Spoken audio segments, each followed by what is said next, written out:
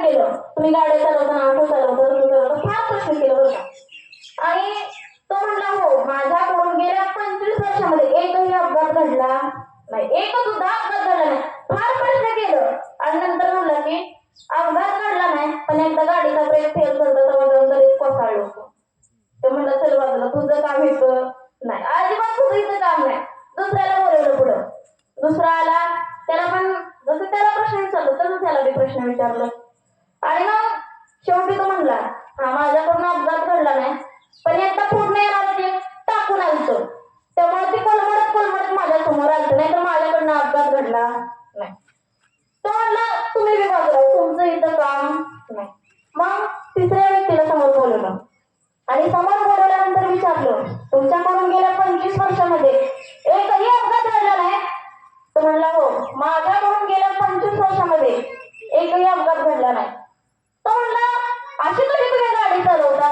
तो म्हणला गेले 25 वर्ष झालं माझ्या गाडीला काहीतरी झालं होतं आणि माझी गाडी अजून पण गॅरेज मध्ये.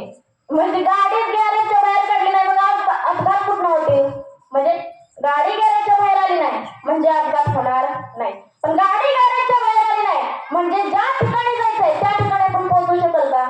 नाही पोहोचू शकणार. मग तसंच जर त्या ठिकाणी आपल्याला पोहोचायचं असेल तर गॅरेज मध्ये गाडी बाहेर काढावी लागेल आणि रस्त्यावर येणाऱ्या प्रत्येक खड्ड्याला सामोरं जावं लागेल, प्रत्येक वळणाला सामोरं जावं लागेल, प्रत्येक अपघाताला सामोरं जावं लागेल. म्हणून आपल्या गॅरेज मधल्या गाड्या बाहेर काढा पहिल्या. मग असं तेव्हा कोणी घडलं, असं ध्येयाच्या शिखरापर्यंत कोण गेला? पुण्यश्लोक अहिल्यादेवी होळकर. किती त्यांना त्यांच्या रस्त्यामध्ये खड्डे आले असतील, किती वळणं आले असतील, किती अपघात आले असतील, सगळ्याला सामोरं जाऊन माझ्या अहिले मातेनं एवढा मोठा राज्यकारभार केला आणि तब्बल 29 वर्ष राज्यकारभार करून पहिल्या आदर्श महिला राज्यकर्त्या ठरल्या. आणि राज्यकारभार करण्यासाठी काय पाहिजे? अभ्यास पाहिजे, इतिहासाचा अभ्यास पाहिजे. इतिहास हा विषय कसा आहे? तो समजून घेण्याचा विषय, अभ्यासण्याचा विषय, अनुभवण्याचा विषय. आणि जो इतिहास विसरतो तो इतिहास घडवू शकत नाही, आणि जो इतिहास घडवतो तो इतिहास कधी सुद्धा विसरू शकत नाही. मग इतिहास कोणी घडवला? छत्रपती शिवाजी महाराजांनी घडवला. एका माणसाने विचारलं छत्रपती शिवरायांच्या अधिकाऱ्याला, काय तुमच्या महाराजांची फौज एवढी कमी आहे, सगळं त्यांच्याकडे कमी आहे, मग त्यांची कारकिर्दी प्रत्येकाच्या मुखातून का गायली जाते? तो अधिकारी म्हणला कारण माझ्या राजाकडे काय आहे? ज्ञान आहे. माझ्या राजाकडं जिज्ञासा आहे, म्हणून त्यांच्याकडे फौज कमी असली तरी सुद्धा प्रत्येकाच्या मुखातून त्यांची कारकिर्दी बोलली जाते. आणि एवढं ज्ञान होतं की 6 महिने पाकिस्तानवर भगवा झेंडा फडकवत ठेवला होता. आणि त्यामध्ये सिंहाचा वाटा कोणाचा असेल तर फलटण जवळील होळ, आणि त्या होळमध्ये होळकर घराणं, या होळकर घराण्याचा सिंहाचा वाटा होता बरं का. त्या होळकर घराण्यातील मल्हारराव होळकर हा सुभेदार एकदा पुण्याला निघाले आणि पुण्याला जात असताना अहिल्यानगर येथील तोंडी गावात एका शिवमंदिरापाशी शंकरांच्या मंदिरापाशी ते थांबले. आणि तिथं त्या मंदिरामध्ये त्यांना एक चुणचुणीत मुलगी दिसली जी गरीब लोकांना दान धर्म करत होती, अन्नदान करत होती. त्या मंदिरामध्ये स्वच्छता राखत होती, मंदिरामध्ये झाडलोट करत होती. नंतर ती मुलगी आपल्या मैत्रिणींसमवेत वाळूमध्ये गेली आणि वाळूमध्ये खेळू लागली. आणि खेळत असताना खेळत तिने एक शिवलिंग तयार केलं बरं का. आणि शिवलिंग तयार केल्यानंतर होळकरांचा एक घोडा उधळला आणि उधळल्यानंतर तो परत त्या मुलीच्या आणि त्या मुलीच्या मैत्रिणींच्या दिशेला खेळू लागला. त्या मुलीच्या सर्व मैत्रिणी घाबरून तिथून पळून गेल्या, पण ही मुलगी तिथून हल्ली नाही, डगमगली नाही. आपलं जे शिवलिंग आहे ते सुरक्षित राहावं यासाठी तिनं काय केलं तर त्या शिवलिंगावर पालखी पडली आणि आपल्या शिवलिंगाचं संरक्षण केलं.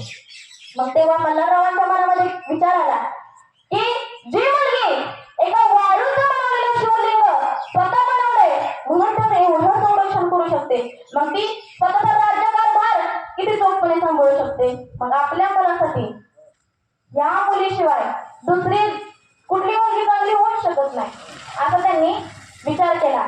आणि ती मुलगी कोण होती तर राजमाता अहिल्यादेवी होळकर. मग मल्हारराव होळकर गेले अहिल्यादेवींच्या वडिलांकडे, मानकोजी शिंदे यांच्याकडे गेले. म्हणजे अहिल्यादेवी होळकर त्यांचं होळकर आडनाव पडायला लागलं, पण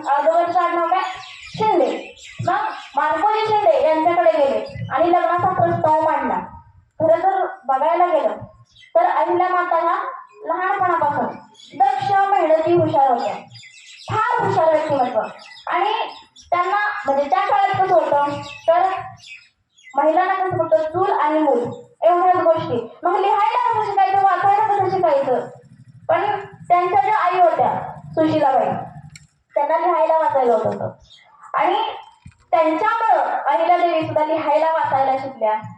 अहिल्यादेवींच्या घरामध्ये नेहमी पोथी पुराणं वाचली जायची. त्यामुळं घरात सात्विक धार्मिक वातावरण असल्यामुळं अहिल्यादेवी सुद्धा नेहमी भक्तिभावानं आनंदानं आवडीनं ती पोथी पुराणं वाचायच्या. आणि जे सगळे गुण अहिल्यादेवीमध्ये उतरले होते ते गुण कोणाचे होते तर त्यांनी स्वतःच्या आईचे उतरले होते. कारण तुकोबराय म्हणतात बघा, आपुल्या हिता जो असे जागता धन्य माता पिता तयाचे. जो मुलगा जो मुलगी जे लेकरू आपल्या हितासाठी जागृत असतं, आपल्या हितासाठी जागा असतं, धन्यता कोणाला दिली त्याच्या माता पित्याला दिली. पण पहिली धन्यता कोणाला दिली, धन्य माता पिता तयाची. पहिली धन्यता कोणाला दिली, मातेला दिली. कारण जे मुख्य संस्कार असतात, महत्वाचे संस्कार असतात, महत्वाचे गुण उतरवण्याचं जे काम करतं ते कोण करते, माता करते. मग तसंच सर्वांनी महत्वाचे कोण होते ते उतरवण्याचे काम कोणी केले, सुशीलाबाईंनी केले. मग लग्नाचा प्रस्ताव मान्य झाला आणि अवघ्या 8व्या वर्षी, वयाच्या 8व्या वर्षी माझ्या अहिल्या मातेचा विवाह मल्हारराव होळकरांच्या पुत्राशी म्हणजे खंडेराव होळकर यांच्याशी लावून दिला गेला. आता रथ जो असतो तर रथाची जी दोन्ही चाकं असतात ती दोन्ही चाकं जर नीट चालत असली तरच रथ नीट चालू शकतो. बरोबर का नाही, बरोबर का नाही, तरच रथ नीट चालू शकतो. पण त्यात जर एखादं चाक आडवं चाललं म्हणजे अडखळत चाललं तर तो रथ पडल्याशिवाय राहणार नाही. तसंच संसारात सुद्धा असतं बरं का. पती पत्नीच्या विचारामध्ये विसंगती आली की संसार रथ नीट चालत नाही. आता मला संसाराचा अनुभव नाही, पण मी जे ऐकलंय जे वाचलंय ते तुम्हाला सांगते. त्यामुळं संसार रथ नीट चालू शकत नाही. मग अशा वेळेला पण थोडं वाटायला लागलं की आपल्या पतीचे विचार आणि आपले विचार कसे या विचारामध्ये फार विसंगती आहे. पण त्यांनी जास्त लक्ष नाही दिलं आणि पदरी पडलं आणि पवित्र झालं असं म्हणून त्यांनी सगळं सांभाळून घेतलं. मग संसार सुख भोगत असताना त्यांना मालेराव नावाचा एक मुलगा आणि मुक्ताई नावाची मुलगी प्राप्त झाली. पण संसार सुख भोगत असताना नियतचा पहिला फटका बसला तो म्हणजे त्यांचे पती खंडेराव होळकर यांचा कुंभेरीच्या युद्धामध्ये निधन झालं. नियतीचा पहिला फटका बसला, त्यांच्यावरती दुःखाचा डोंगर कोसळला आणि त्यावेळेची प्रथा कुठली, पतीसोबत सती जायची. मग त्यांनी सुद्धा अहिल्यादेवी होळकर यांनी सुद्धा पांढरे वस्त्र परिधान केले आणि त्या सती जायला निघाल्या. पण सती जात असताना मल्हाररावांनी त्यांना थांबवलं आणि काय म्हणले, ऐकून तुम्ही गेल्यानंतर तुम्हाला स्वर्ग भेटेल का नाही हे मी सांगू शकत नाही. तुम्हाला स्वर्ग भेटेल का नाही हे मी सांगू शकत नाही. पण तू इथं राहिल्यानंतर या प्रजेतील अनेक लोकांना, लाखो लोकांना तू सुख दिल्याशिवाय राहणार नाही. या कितीतरी लोकांना तू स्वर्ग दाखवल्याशिवाय राहणार नाही. म्हणून पोरी तू जाऊ नकोस. मग त्या काळातील पहिल्या प्रथेला विरोधी जाऊन त्यांनी पहिलं पाऊल उचललं ते म्हणजे सतीनं जाण्याचं. मग सतीनं जाता त्या स्वतःचा राज्यकारभार सांभाळू लागल्या. मल्हारराव होळकरांनी त्यांना राज्यकारभाराचे धडे दिले, अर्थशास्त्र, धर्मशास्त्र, नीतिशास्त्र सगळे धडे त्यांना दिले. आणि अहिल्यादेवी हुशार असल्यामुळं सगळं नीट समजून घेतलं आणि राज्यकारभार सांभाळू लागला. पण जे मल्हारराव होळकर होते ते नेहमी मोहिमेवर असायचे. त्यामुळे जो इकडचा राज्यकारभार होता तो कोण सांभाळायचा, अहिल्यामाता सांभाळायच्या. आणि त्याचमध्ये थोडंसं काय सुख पदरात पडलं तोपर्यंत नियतीचा दुसरा फटका बसला. मल्हारराव होळकरांचं निधन झालं. मल्हारराव होळकरांचं निधन झालं. मग आता करायचं काय, राज्यकारभार कसा सांभाळायचा. घरातील एक कर्ता पुरुष होता तो निघून गेला, राज्यकारभार कसा सांभाळायचा. आणि एखादा माणूस जर दुःखात अडकलं, दुःखात डुबलं तर त्याला आणखी त्या दुःखात घालायला फार जण असतात बरं का.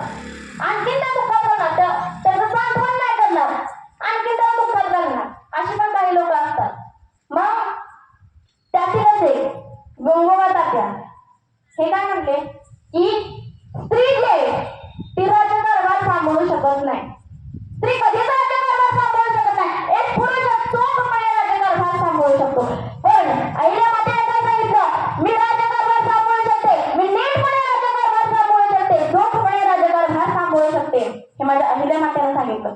मग स्वतःच्या डावामध्ये गंगोबाला त्यांनी सामील केलं राघोबा दादांना आणि त्यांना काय सांगितलं, हे बघा तुम्हाला इंदोर मिळवण्याची ही चांगली संधी आहे, संधीचं सोनं करून घ्या, वाच्या गंगेत हात धुवून घ्या ना.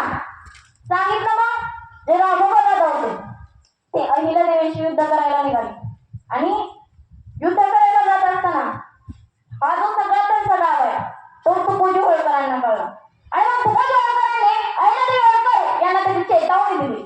चेतावणी दिल्यानंतर अहिल्यादेवीने लगेच पत्र पाठवलं राघोबा दादांना, तुम्ही आमच्या इथे येताय ना, खुशाल या, स्वागत आहे तुमचं आमच्या इथं, खुशाल या, आमच्या इथं तुमचं स्वागत आहे.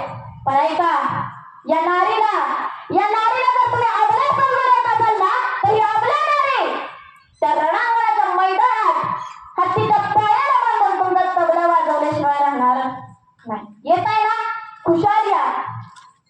आम्ही जर हरलो तर आमचं काय नाही बिघडणार, किती जरी झालं तरी आम्ही कोण आहे, एक स्त्रीच आहे, आमचं काही नाही बिघडणार. पण तुम्ही जर हरलात तर एका बाईच्या हातून हरलात ह्याची बातमी सर्वत्र पसरेल आणि जरी जिंकलात तरी स्त्री सोबत लढून जिंकण्यात कुठली मर्दानगी आहे, त्यामुळे तुमच्या कर्तृत्वाचं पोवाडं कुणी सुद्धा गाणार नाही.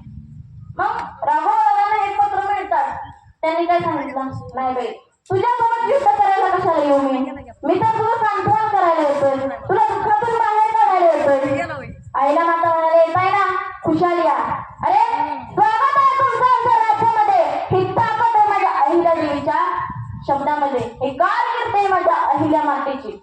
या इतिहासाच्या पानावर अनेक पुरुषांनी आपलं नाव जे त्या अजरामर केलं, आपल्या नावाचा ठसा त्या इतिहासाच्या पानावर उमटवून ठेवला आपल्या कारकिर्दीने, आपल्या कर्तृत्वानं.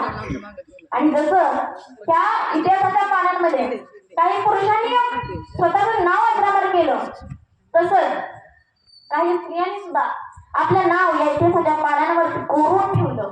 खरं तर महाराष्ट्राची बात करायची झालं, महाराष्ट्राचा विषय करायचा झाला तर महाराष्ट्र हा कसं राज्य होतं तर पुरुष प्रधान संस्कृतीचं होतं. मी जसं सांगितलं, बाईला फक्त काय चूल आणि मूल एवढ्याच गोष्टी फक्त नशिबी, पण त्या प्रतिकूल परिस्थितीला सुद्धा सामोरं जाऊन काही स्त्रियांनी कर्तृत्व गाजवलं आणि त्या कर्तृत्वाने स्वतः चमकल्या सुद्धा.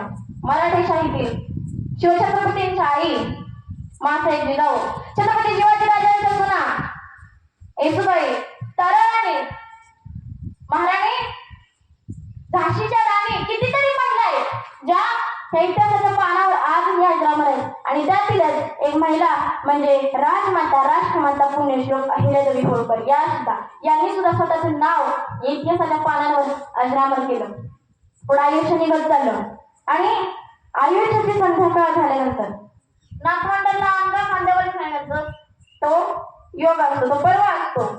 पण जसं की अहिल्यादेवींच्या जीवनामध्ये आयुष्यामध्ये नशिबी ते सुख नव्हतं. त्यांनी आपल्या उभ्या आयुष्यात सुद्धा सारखं दुःखच भोगलं, सारखं दुःख. त्यांना त्यामुळं जीवनातल्या सुखाच्या गोष्टी आठवून त्या वेळेला काय करायचं असतं, आनंद लुटायचा असतो, पुन्हा एकदा नवीन जीवन जगण्याची स्फूर्ती प्राप्त करून घ्यायची असते. पण त्यांना जीवनभर दुःखच मिळाले हो, मग त्या म्हातारपणी तरी काय करणार आहे. त्यामुळे त्यांना सुख म्हातारपणी सुद्धा भेटलं नाही. किती दुःख होतं त्यांच्या जीवनामध्ये. नवरा गेला, सासरा गेला, मुलगा गेला, सगळी गेली. मग काही थोडंफार जे सुख होतं ते त्यांच्या सासू सासऱ्यांनी त्यांच्या पदरात टाकलं असेल तेवढं, पण तरी सुद्धा त्यांना जहर गोट घ्यावाच लागला. जसं संत महात्मे सांगतात, एरवित तुमचे धन ते मग मृत्तिके समान. तुकोबाराय सांगतात की म्हणजे जेव्हा तुकोबारायांकडे छत्रपती शिवरायांनी नजराणा पाठवला तेव्हा तुकोबारायांनी तो नजराणा माघारी पाठवला. आता आमच्यासारखे एखादा बुवा असतात तर म्हणला आता आणखी येऊ द्या, पण तुकोबारायांनी काय केलं, तो नजराणा माघारी पाठवला आणि काय सांगितलं, तुमचं जे धन आहे ते आम्हाला माती समान आहे. तसंच अहिल्यादेवींच्या जीवनात सुद्धा जे सुख होतं आणि दुःख होतं ते दोन्ही कसं झालं, एकसारखं झालं. पण तरी सुद्धा ते स्वतःच्या कर्तृत्वावरून मागे हटल्या नाही. त्यांनी जी सरकारी मालमत्ता होती ती वाईटपट कामात कधीच लावली नाही, कधीच वाईटपट कामात लावली नाही. सरकारी मालमत्ता सरकारी काम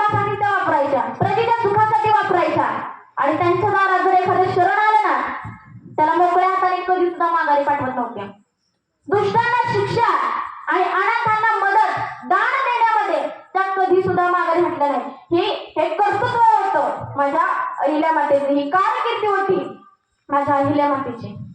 मग असं करत करत त्यांनी घाट, रस्ते, मंदिरे, बारो, विहिरी बांधल्या. पुराणातल्या अहिल्या गौतम ऋषींची पत्नी. गौतम ऋषींच्या शापाने तिचा दगड झाला, श्रीरामप्रभूंच्या पायाच्या पदस्पर्शाने तिचा उद्धार झाला, हे खरं आहे. पण कलियुगातली अहिल्या, त्या अहिल्यामुळं श्रीरामप्रभूंसमवेत सर्व देवांचा उद्धार झाला, हे सुद्धा आपल्याला विसरून चालणार नाही. कारण राजमाता, राष्ट्रमाता, पुण्यश्लोक अहिल्यादेवी होळकर यांनी सर्व मंदिरांचा जीर्णोद्धार केला. हे कार्य करते माझ्या मातेची. आणि आपण केल्यानंतर सुद्धा हे दान धर्म जे ते चालू राहावं असं त्यांना वाटायचं. मग अखेर त्यांचं आयुष्य संपत आलं आणि तो दिवस आला ज्या दिवशी माझ्या मातेचे प्राणज्योत मावळली. आता त्या जास्त आजारी वगैरे काही नव्हता, पण इहलोकीचा हा देह, हा देह कसा आहे, इहलोकाचा आहे. या देहाला कधी ना कधीतरी हा लोक सोडून जावा लागणारच आहे. मग तसंच 1795 साली अहिल्यादेवी होळकर यांची प्राणज्योत मावळली. आता त्यांच्याविषयी जेवढं सांगावं तेवढं कसं आहे, कमीच आहे. माझ्या छोट्या मामीतून जेवढं काय मी बोलण्याचा प्रयत्न केला ते तुम्ही सुद्धा ऐकून घेतलं, पण जेवढं सांगावं तेवढं कमीच आहे. म्हणून फक्त शेवटी एकच वाक्य बोलून जाते. अरे भारतात